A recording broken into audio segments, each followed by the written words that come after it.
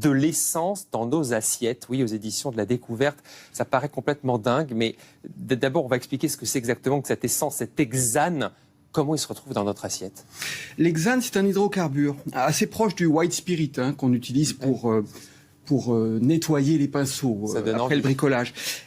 Depuis les années 1930, des industriels américains ont eu l'idée d'utiliser ce solvant, puisque cet hydrocarbure a une capacité à dissoudre la graisse très, très forte.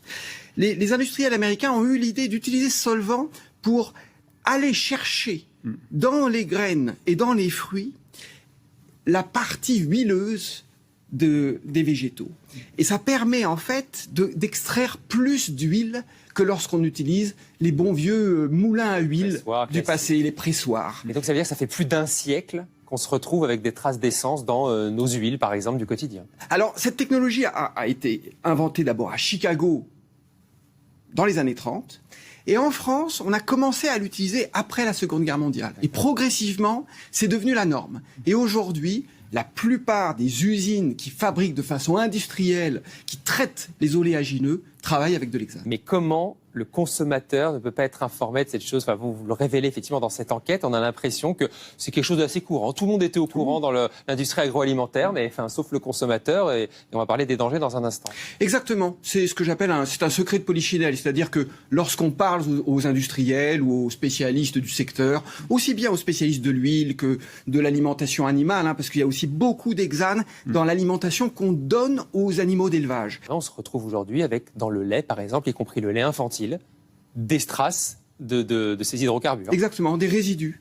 Alors pas dans tous les produits, pas de façon systématique, parce que les industriels peuvent plus ou moins bien désolventer, c'est le mot technique, désolventer l'huile ou le tourteau, mais dans une quantité de produits, on retrouve effectivement des traces infimes, toujours au-dessous de la limite légale, et c'est là où le bas blesse, c'est la limite légale, au-dessous de la limite légale, mais rien ne prouve que les traces résiduelles de cet agent sont inoffensives. Parce qu'il faut souligner que cet agent, au début, lorsqu'on a inventé cette technique, on croyait que l'hexane était neutre, que c'était inoffensif, que c'était stable.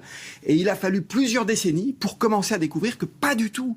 L'hexane, au contraire, se transformait, le mot technique c'est métaboliser, se transformait en une molécule encore plus dangereuse qui s'appelle la 2,5 hexanédione. Bon, alors effectivement, ça paraît technique, mais concrètement, donc, on a des résidus d'essence dans nos assiettes au quotidien.